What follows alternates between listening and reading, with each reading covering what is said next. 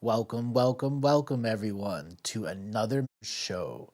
So, everyone, sit down, relax, come on in, and today we're going to be talking about you, your viewer questions,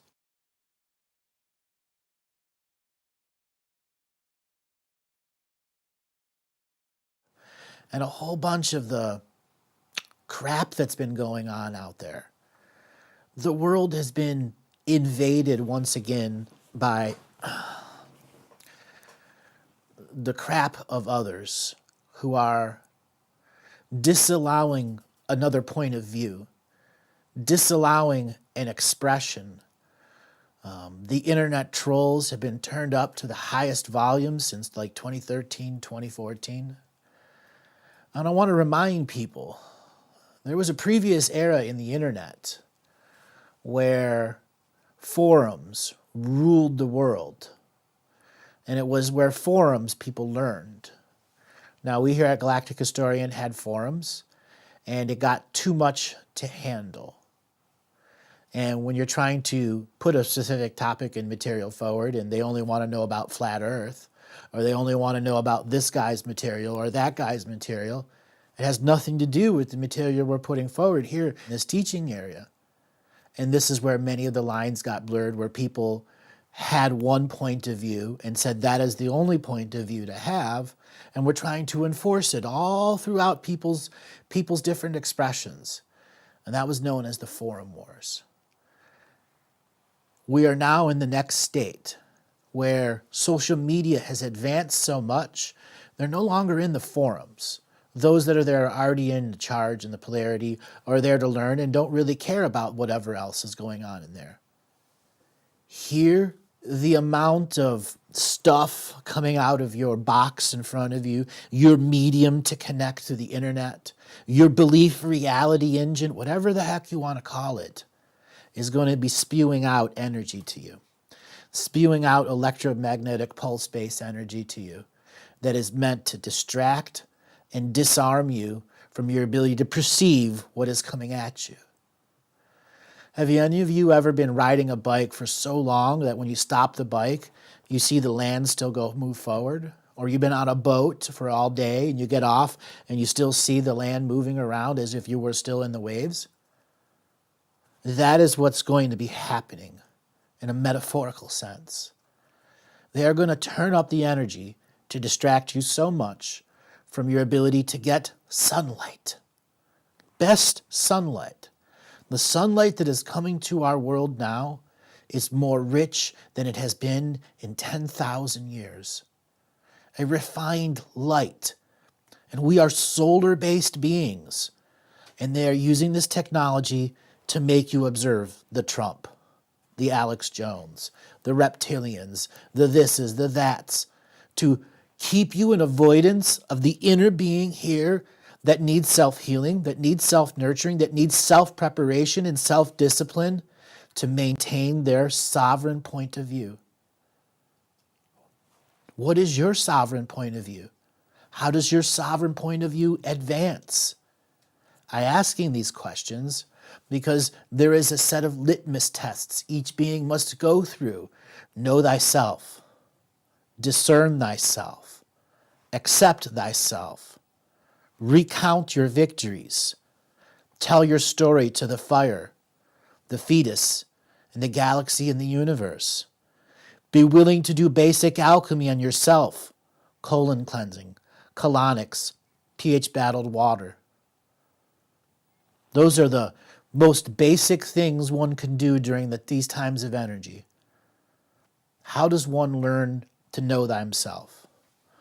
By having moments of self-reflection. It is when one makes a sacred moment that is stating, I'm blocking out all of the other energies, I'm using my form of spiritual boundaries, and I'm engaging myself, turning off my mental programs, engaging my heart space, and truly giving solid thought to who I am. So many of you don't have an answer. Your very first answer should be your date of birth. That is where your awareness of this world began in its historical foundation. I was born March 23rd, 1974. I start my process of know thyself with who I came from, where I came from, the fetus in the womb. What are my memories that are stacked upon that? That is a know thyself process. One of my first memories as a 2-year-old was coming outside and going after my grandfather, who was bringing a McDonald's cheeseburgers home. And I remember they opened the door and I ran out and everyone was very afraid because I was running. And then my grandfather picked me up and we went inside. That is a know thyself moment, because I knew this was me. That is a memory that I've had for a long time. There are some out there that don't remember their childhood memories, then start later. It's fine. Sometimes children's lives, those early eras, you were still in the soup of creating your personality. And there are certain things, most of the time meaningless things in your daily life that you would do that were quirky, that you don't need to know anymore because they would only influence habit patterns. That is why we have less viewage of some childhoods. Those that have been in trauma, those that have been in victimhood, you're also going to have blocks because of the trauma and the victimhood process. So move to the next area that you remember. Don't dwell on, I don't know my past. It's okay. You have an infinite amount of time to discover your past. The whole process of self, knowing thyself, is to go, hey, where do I start? Okay? You start by getting out of the mind, that reactive mind that's always in time. Start with your birth. Start with a set of memories. It is revealing yourself. Now the next process is discern thyself. Who am I? What am I? Why am I here? Everyone has hard times with these. Why am I here? I am a signature frequency teacher of the moment of the now. This is true of everyone that is listening right here, right now. You are all signature frequency teachers of the moment of now, because only this signature frequency of interaction through this modus operandi of interactive technology has created this thought construct that we are all storing as memory in light. Contemplate that. Storing as memory in light. Is this real? No, it is really a hologram.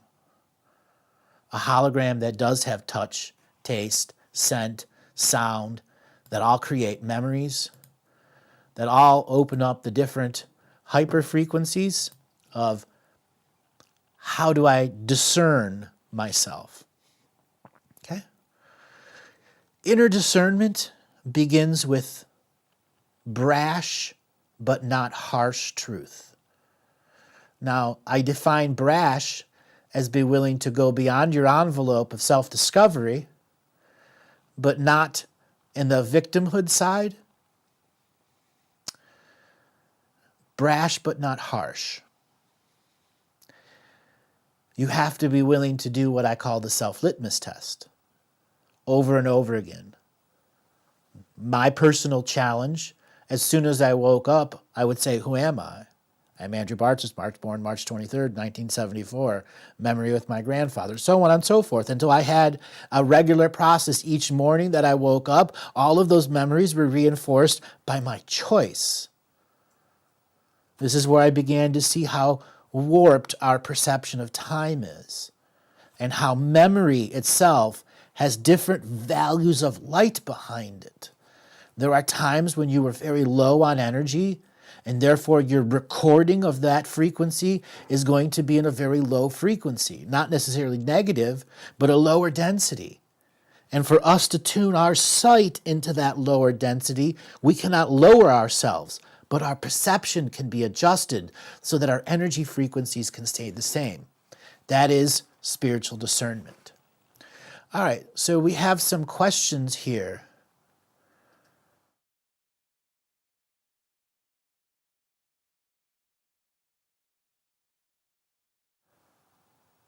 Can you review what types of spiritual initiations are there? What are the signs? Oh, there's so many. There's light body activations. Now, this can affect everyone very differently. This is when a body of your light, which does unseen work, gets highly exposed to an unseen form of light, such as what is coming from the sun. Even though you may be inside, your light body in this hologram is still absorbing way more light than it can. This is a light body awakening where the very body, and this is different than a Kundalini awakening, the very energy body that's in your unseen world can suddenly create intense form of spiritual transmutation into direct life force energy.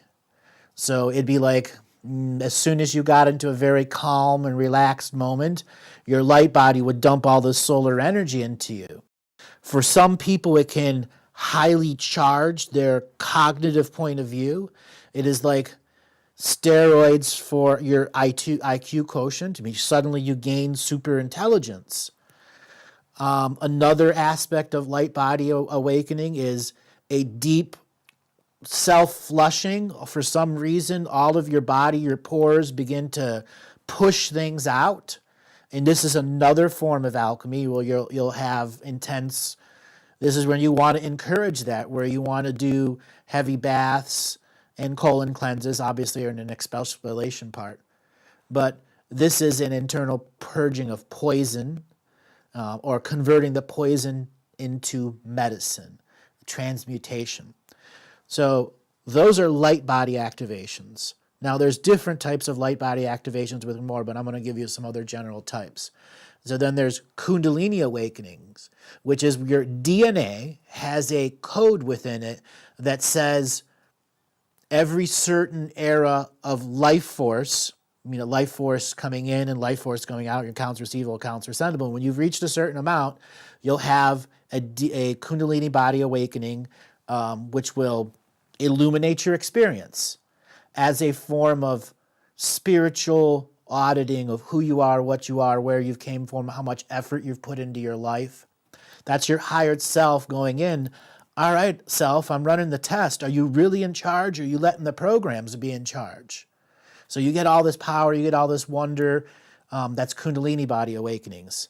Now, sometimes they last for decades and years, and other times you get a day and a half or 3 days out of them. If you are one of those people that's only getting a day and a half or 3 days out of them, something is cyclically out of balance within you. And I'm saying it's not external. That means something in your long-term repetitive process is not allowing 5, 7, 20, or 48 days of a Kundalini body activation to be a part of you. Because it should go that long. And there doesn't need to be sexual experiences to trigger that. There are some Kundalini body awakenings that are sexually triggered because that is the healing form that is needed in the moment of said time.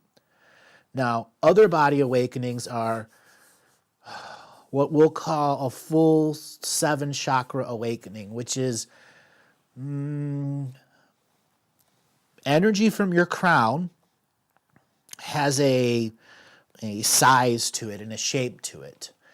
And based off your environment and how much energy is around you, different forms of energy can form around there, and they will actually change the shapes that are around you. And once the shapes are changed, you can absorb unseen energy directly into your crown chakra and in through your root chakra at so it's like this constantly coming in and flowing through you. That means any energy that's stuck, stale, stagnant, contingent upon something else is going to move.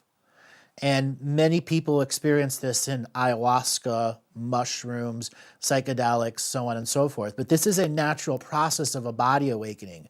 And this is an aspect of DNA crystallization, meaning something in your DNA process has said it's run its series of litmus tests, and now the next level of responsibility is coming. Here are the next sets of skills and talents. If you can learn to use them and not create lossages of energy, you will have these skills long term. Now, early in 2012, many people were promoting these crystal meditations, crystallization of your DNA. beautiful that those are out there. The next level here is not about actually crystallizing the DNA, because it is a cyclical process that is happening by the sun itself. So you don't have anything other than the rich experience you're going to get out of the awakening. It has its process, and it's not going to be done until the sun is done crystallizing us. That's what this light is doing to our DNA at a very quantum deep level, which changes our fundamental process of who we are, what we are, how we relate to this world. Okay, so those are the different types of bodies and awakenings, and there are more that I can go into. You know, some people have awakenings right away and can see spirits, but they can't see ancestral spirits. They only perceive what is alive or what is dead. Some that have galactic conversations. Those are different forms of awareness-based awakenings, meaning there is a channel between the third eye, the throat, and the heart that is, in essence, a shortcut between all three. There is no space, there is no time. It is just a way of transferring DNA thought and constructs and all of the aspects of the I am self from one aspect of the instrument of technology, the heart, to the brain, which is still no separate in the heart, because the heart is what started the being. They're all a part of the totality of experience. But it is a changing of point of view when heart and mind are unified. That heart is heart-spaced awareness, that we interact in the mighty co-creative moments of the now, us all fully connected, aware and alive, ready to interact, ready to go, and we don't have those inner programs of self-defeat and self-worth in us. All right, so next question. So are the spewing of the energy from the internet coming through the screen, camera, sound, or information? Z, all of the above and everything you've missed. It's coming from... all right, so break it down like this. When you turn on your computer, you have a preconceived notion that all of your social media is there and at your fingertips. All of your emails is there and at your fingertips. Everything you have ever done is there at your fingertips, and that's part of your awareness. So every action you have ever done on the computer now becomes a part of this awareness moment of the now. Just as if I would say, I want my ancestors present here, this here, that's consciously actively bringing them there. Our way we work with the internet, meaning everything our does comes as an experience, because that's the way we learn the internet, the unlimited aspect of what the internet represents. It does say here, through these search engines and through these websites, you can get led down a path that may be right, may be wrong, that you must use your inner discernment to find your way through the interweb nets that are out there. So it's not just the pieces of technology. It's our belief about the technology. It's not about what you think. It's about what you believe. And if what you believe and that innateness comes from this computer, you can create boundaries, blockages, separations, walls, fences, whatever else you want to do, but you must engage we'll just call it the negative process that's taking you away from seeing that and allowing the fullness of yourself to come in at that moment and create, let's say, a in-the-moment revocation, should your awareness be worried that the energy coming out to you. I have said early in the broadcast that it would. That means turn it off and get away from it. That is the most important way you can heal yourself, know thyself, do thyself, is turn off the boxes. Walk away from the technology a couple times per month. Make those moments sacred. Engage the sacred discipline. Find joy and happiness. For if you can't find joy and happiness in the sacred disciplines, you're really not doing it. So many people early in their lives, they get into this because it brings them joy and happiness, because you're learning about something else no one else knows about. All right, so the next question. Okay. Dear Andrew, we are What are the other 20,000 worlds in Gaia's proximity that can we learn from meditation and dream time? Also, the yellow color learned today, some people don't like that. I find it odd. So when we learned more about the investors,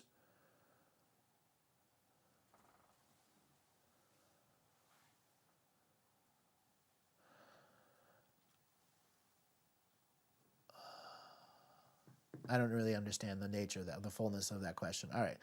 So Gaia's proximity, that the 20,000 other worlds in meditation and dream time.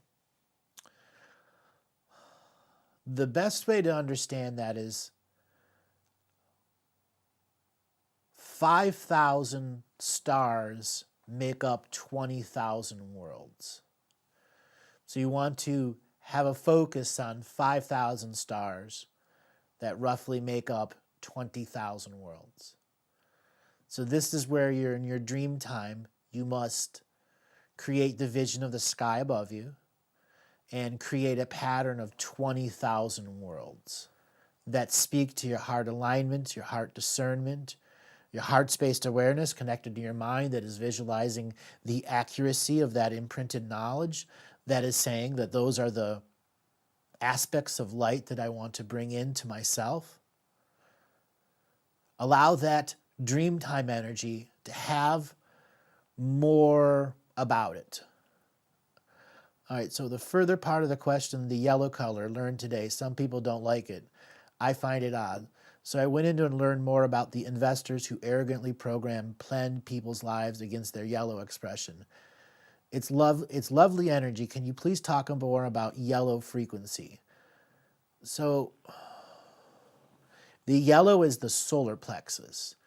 Now just as there are 50 shades of gray, there are 10,000 shades of yellow that I want to say skew our point of view, because yellow is where information, and that is becoming knowingness, just at the base of the heart. This is where weaponized information can do some serious harm to the personality. So the purity of the yellow energy is about observing the sun's quality energy. There are times that the sun is totally not yellow. It's all other colors, but that's the frequencies that are in between you and based off of your awareness.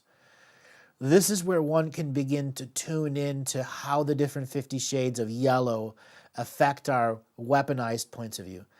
There are many of you that have these weaponized points of view and don't even know it because they only have a handful of triggers. And if you're not exposed to those triggers and that doesn't come out, you would have no idea that a trigger would come forth and literally put you into that moment. So weaponized information is stuff in general. Politics in general today is a weaponized piece of information. We're in a damned if you do, weaponized, you're in a damned if you do, damned if you don't scenario. If you don't pay attention to it, and all of a sudden it is out of control, it is your own fault.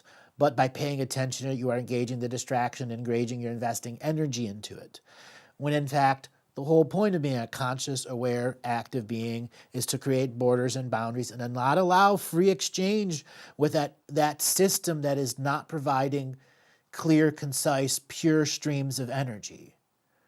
That is our demand out of the system. Transparent, clear, concise streams of energy that are not interlaced and interconnected with other forms of karmic exchange. We are not beings of indebted servitude without end. We have no problem being of service to Earth, but not to a system that does not even acknowledge that the Earth is a being, or that the beings living on it are all chattel. No, we are not your chattel. We are conscious sentient beings who have been here long before you ever came around. Be willing to have those conversations with yourself at the yellow level. So bring in that yellow energy through the crown, like the sun's in your brain and anyone else, all the way to your third eye, all the way down your spinal column, into your heart, and then go halfway between your heart and your solar plexus. And some may feel a resistance of bringing the pureness of the yellow energy into the solar plexus. And that's okay. That just means you don't have enough sunlight right now. You need more within you. By bringing that in there, you can get to explore motivation, self-confidence, self-esteem, the delusions we've created about ourselves. I can't date. The world's not ready. I don't want to have children, when in fact your body's telling you to have children. This is where some of our juxtaposed and upside down and inside out points of view that have been around in our whole life, and we have no idea that they're there or how to get rid of them. Or there are things that you are aware of, and yet they keep returning and returning, like a traumatized point in the child. Trauma is there to teach us many things. We must embrace this trauma at times.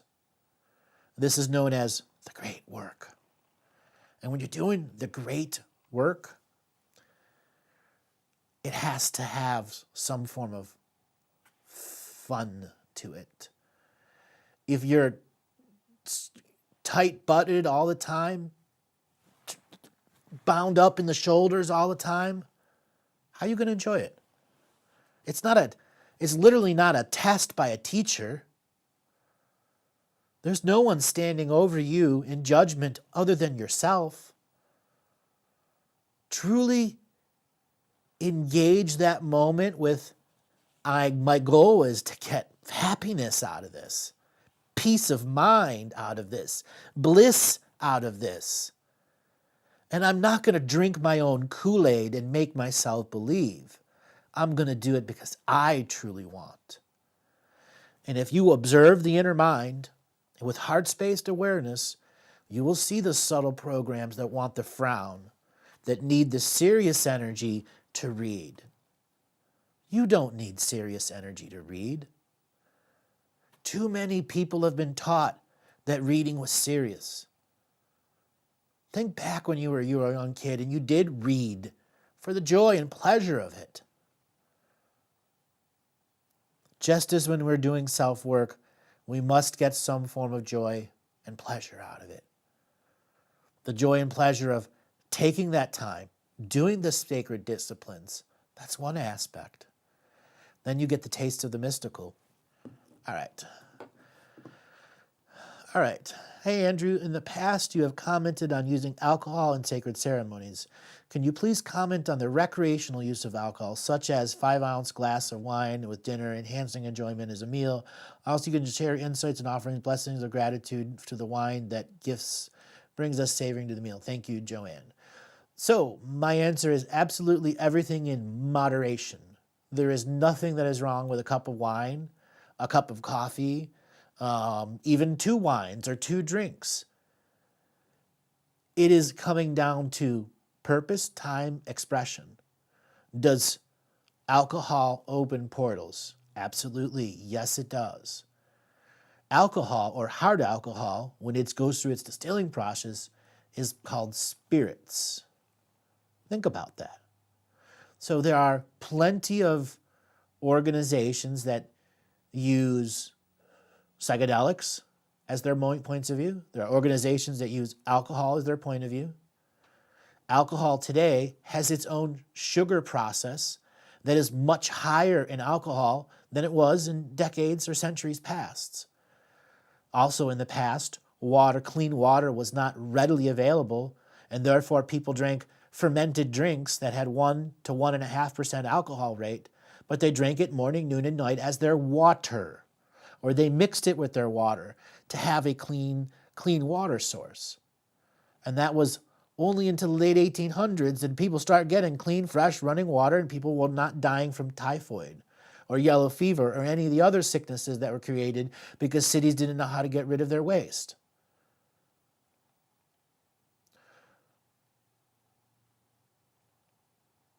Every time you use alcohol, it is a conscious choice. Am I doing it to relax because that is the medicinal value of it? Am I doing it out of repetition, meaning every time that I've used alcohol, I know that I can get a certain state of mind? In that repetition, are you getting illumination? Or are you doing for repetition's sake?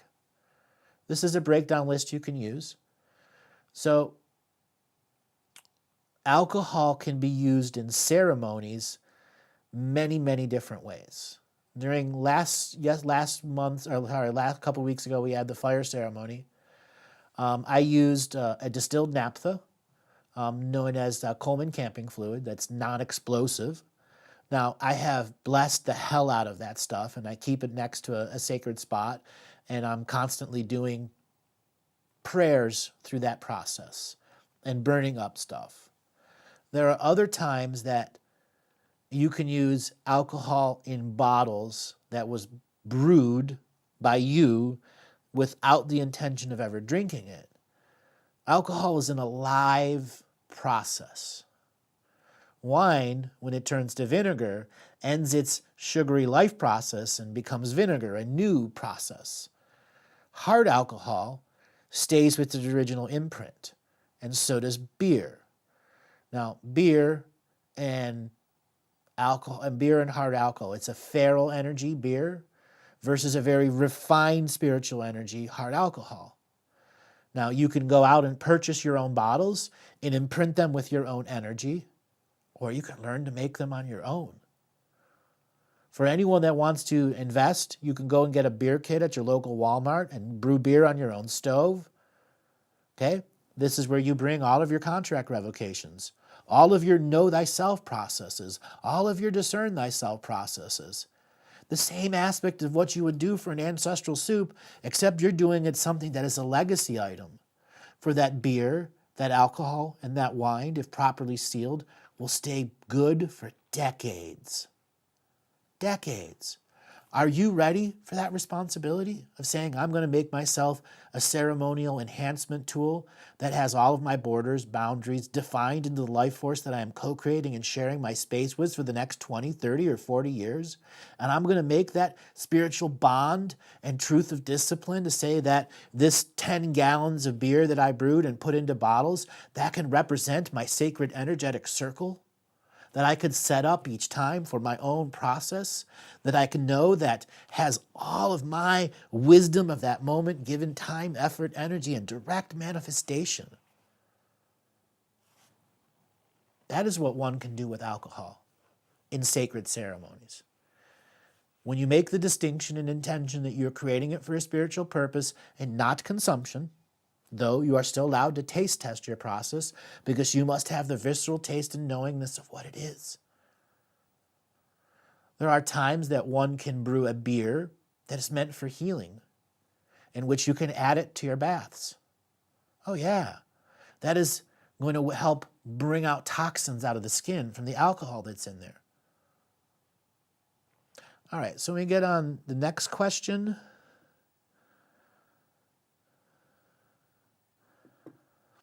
Do you have tips for defragging our memory storage so that we can have more energy available? Good question.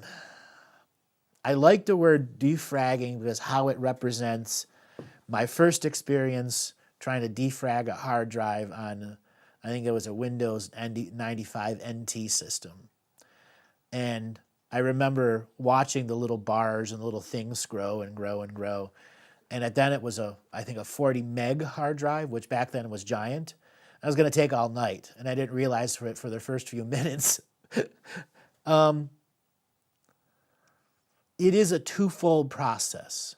You are a genius innate being. So first thing for us is pull out your scrapbook of pictures.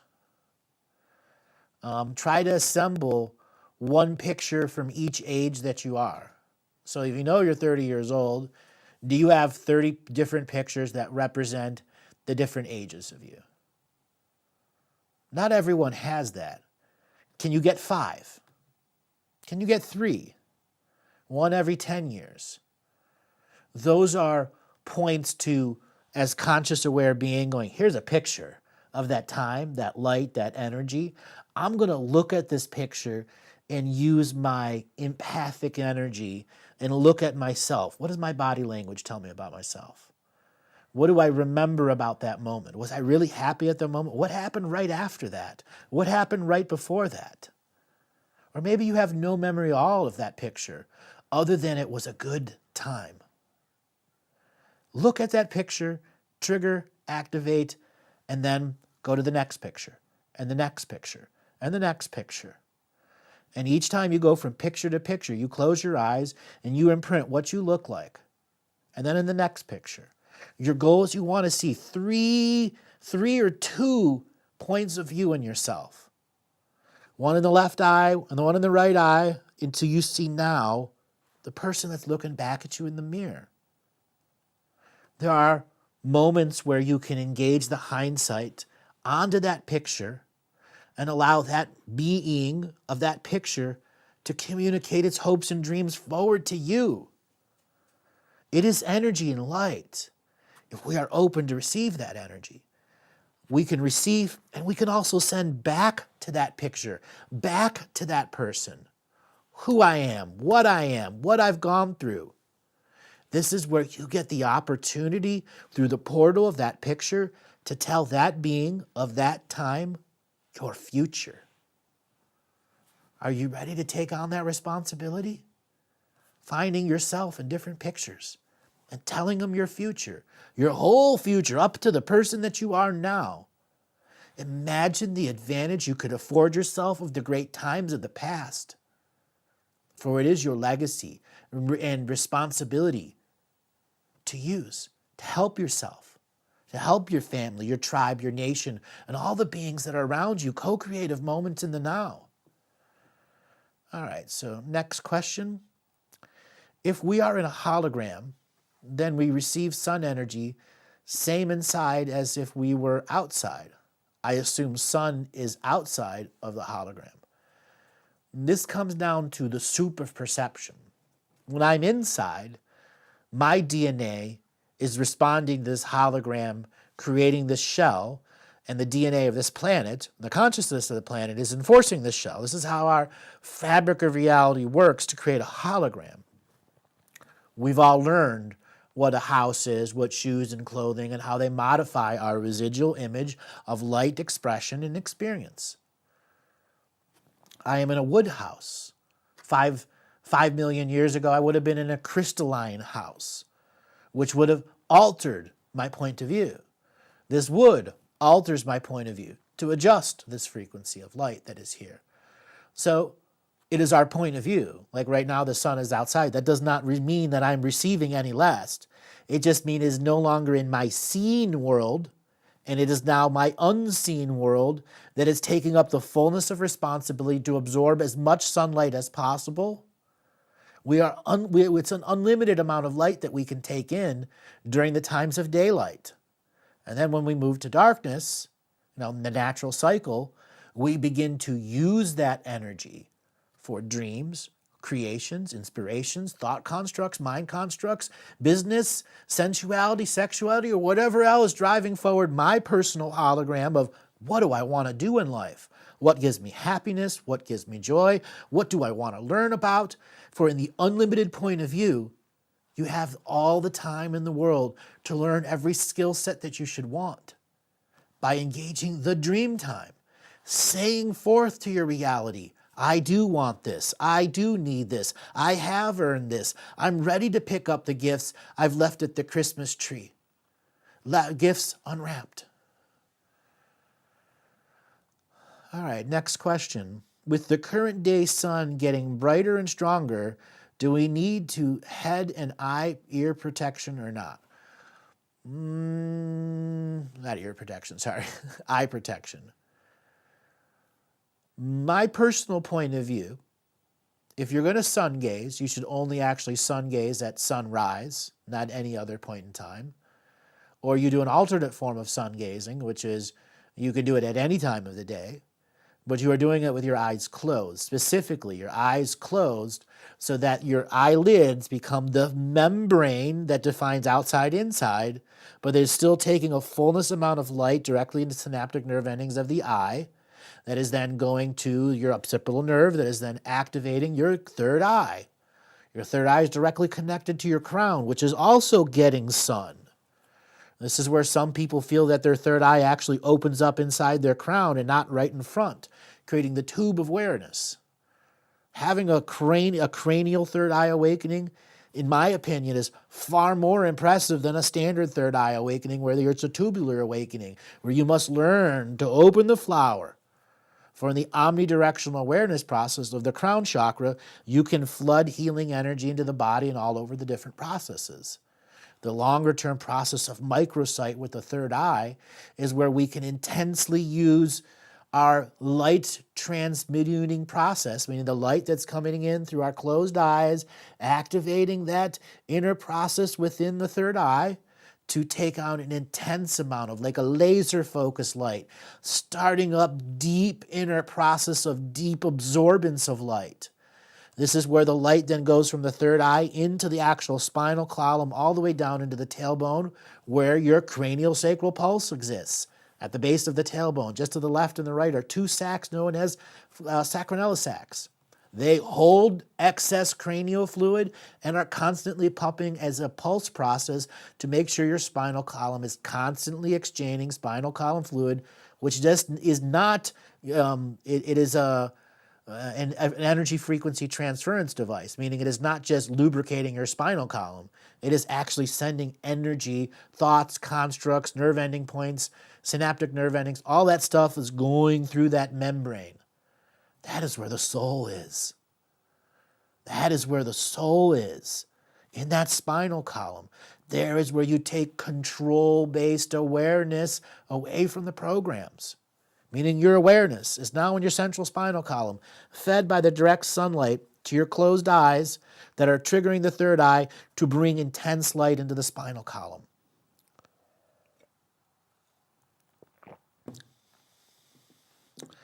Next question. Alcohol opens portals. Interesting. What types of portals? Every portal you could possibly think of, because what is alcohol's purpose doing? It is putting a large amount of energy into your awareness factor, and your creative factor must use up that energy or create depression. And your creative factor must use up that energy or create depression. Harsh statement or a simple fact of what spirits does? Doesn't matter what form of alcohol it is bringing you the energy of a plant kingdom, a mineral kingdom, a community of other energies that has been imprinted and stored. If it's your Bud Light from down the street and it's got its sacred geometry symbol on it, then it has that energy in it because your awareness knows it's there. If it's some common beer from some other country, what energy is it bringing? The energy of the vegetables, the fruits, whatever the heck brewed it. So those are the types of portals that's opened, based in the ancestral energies of other places. That is how alcohol as a spiritual transmutation process works. Wherever it's brewed, that energy is imprinted upon it. That means the background energy, the ghosts, the haunts, the demons, all that stuff can come through. Those are the types of portals that can come. That is why I describe ways to create alcohol that creates positive portals, that has time, effort, energy, sacred discipline, sacred words put in within it, the fullness of your expression and the consciousness strike. Saying, no, I will not accept forced evolution in any part of my hologram, defining my reality. I like this next question. When we know ourselves, what type of mystical abilities and experiences will we have? Well, when you know yourself, you'll know. I know that's a cheap answer, but that is the teacher's answer. The mystical's purpose is to reveal our intensity of joy from learning it. So there are times that you get that aha moment, and that aha moment is a mystical moment that reveals abilities you've had inside. Aha, I haven't been using my power right. Revelation, I've always had those abilities within. So the question is, when we know ourselves, what type of mystical abilities we're going to have? Well, most of the ones that you can't see or don't know that you don't have already. Okay, now, bilocation and teleportation and telekinesis, those are some cool-ass ones, but they're definitely higher up on the pecking order of your ability to do in the beginning. because these things all require an exchange of energy to do. To have an aha moment doesn't cost as much as a telekinetic moment where you throw a fork across the room. That could take 10 years of aha energy. I'd much rather have 10 years of aha energy every day than being able to throw a fork across the room one day. Because within the aha is the expanded awareness, and then our responsibility to our awareness. There are times we learn so much about the world, we can create fear and paranoia within ourselves. Because the world is big and out of control and we can't control it. Oh boy, then all the shame, blame, guilt, and all the martyrs and victimhoods and zealots come up, and all those other archetypal stuff that takes us away from knowing ourselves, discerning ourselves. And then, ta-da-ching, accepting ourselves. This is the other part of the great work on yourself that everyone gets tripped up on.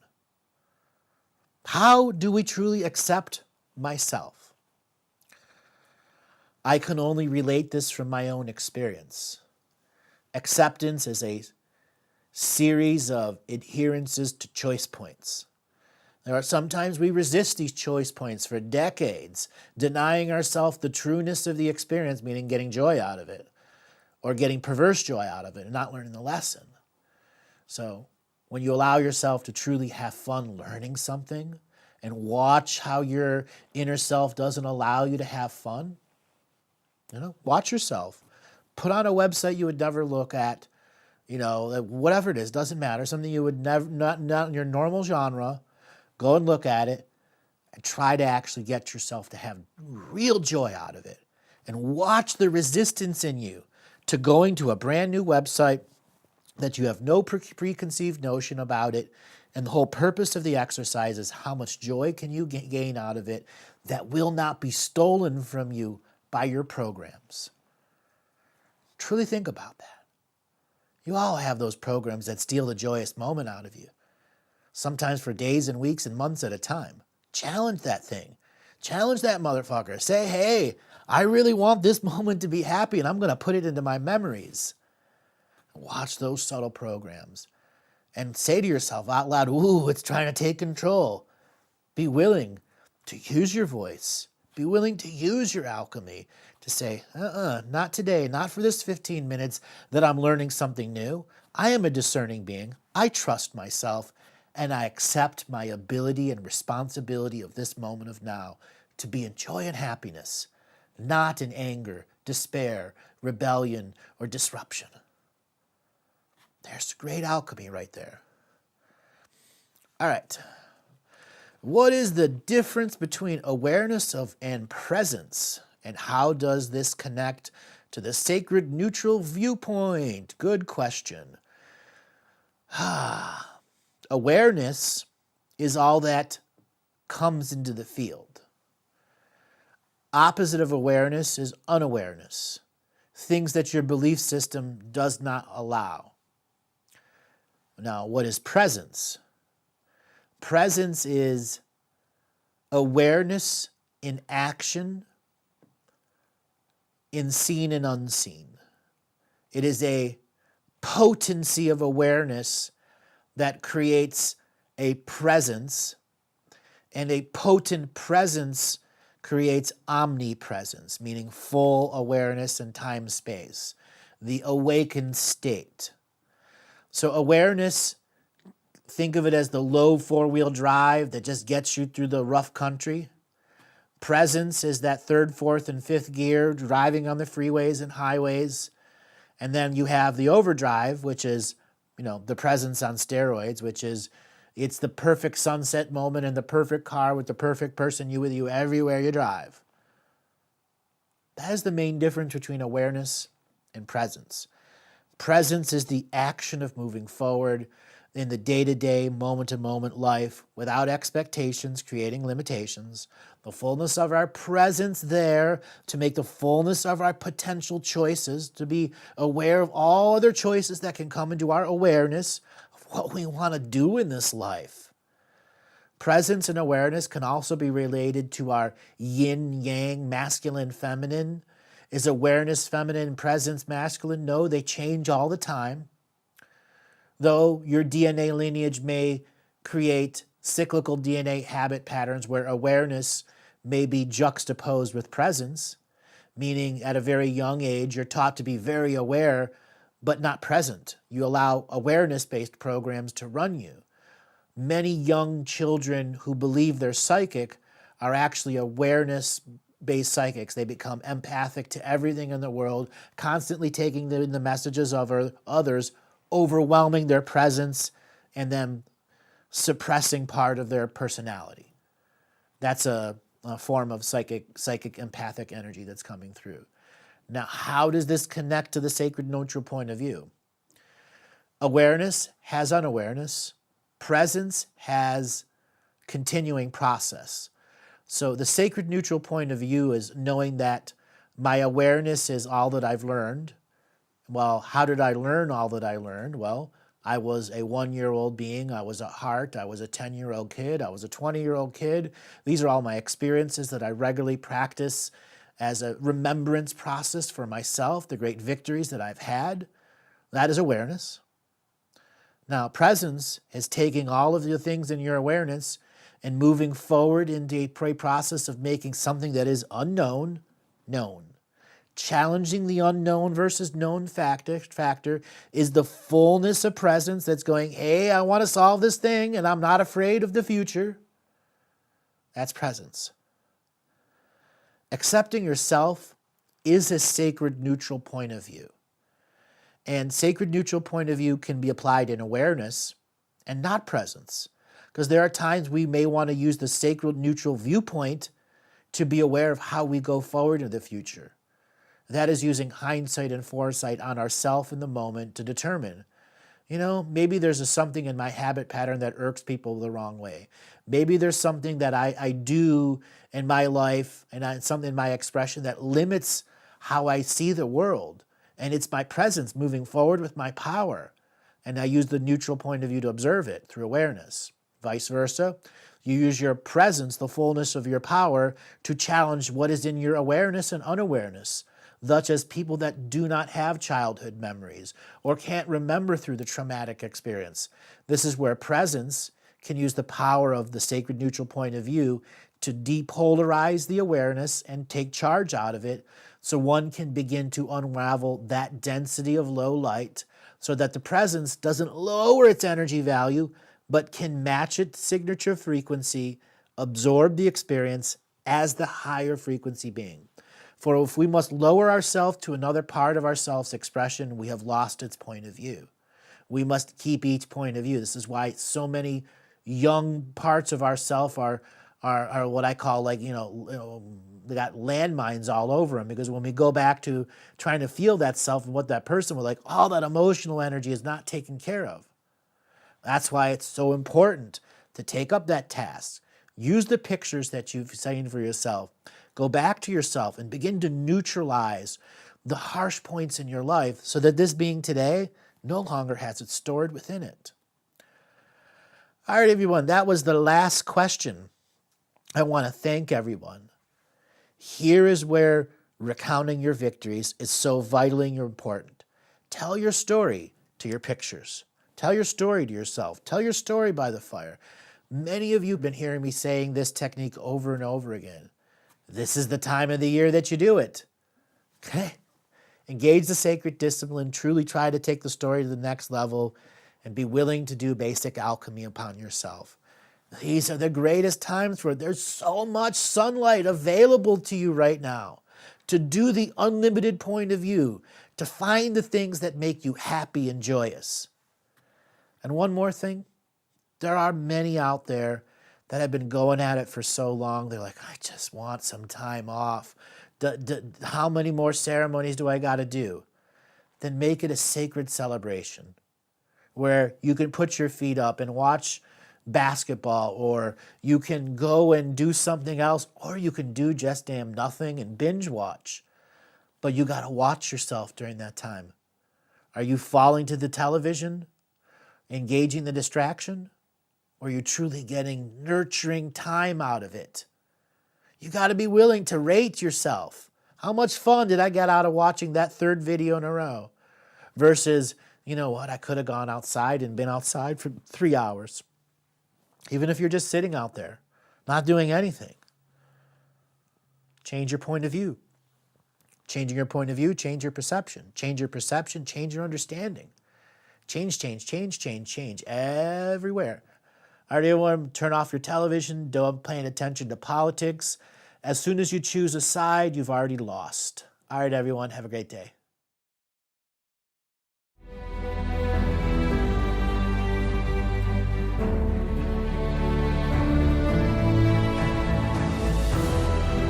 Each different bubble of reality is true. A galactic historian is a person that looks at all the lines of dramatic karma. Nudge, nudge. It's the Holy Grail. Improvise. Mysterious. It's counter psychic intelligence. Why is DNA farming of this star cluster so important? Because we do manifest our reality. We do create our reality.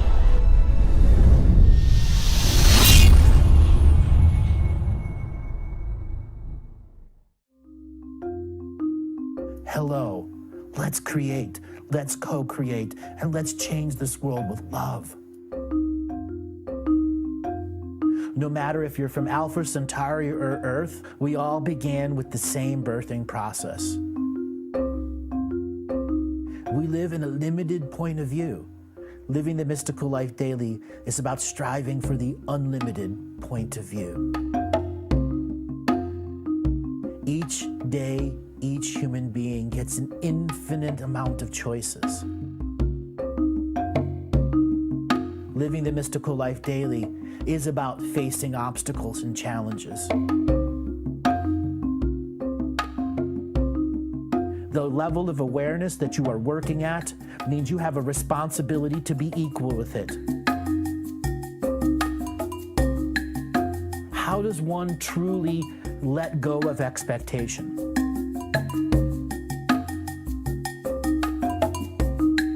You can make the moment that you wake up to the moment you go to sleep sacred. The keys to success: choice, choice, choice, and choice.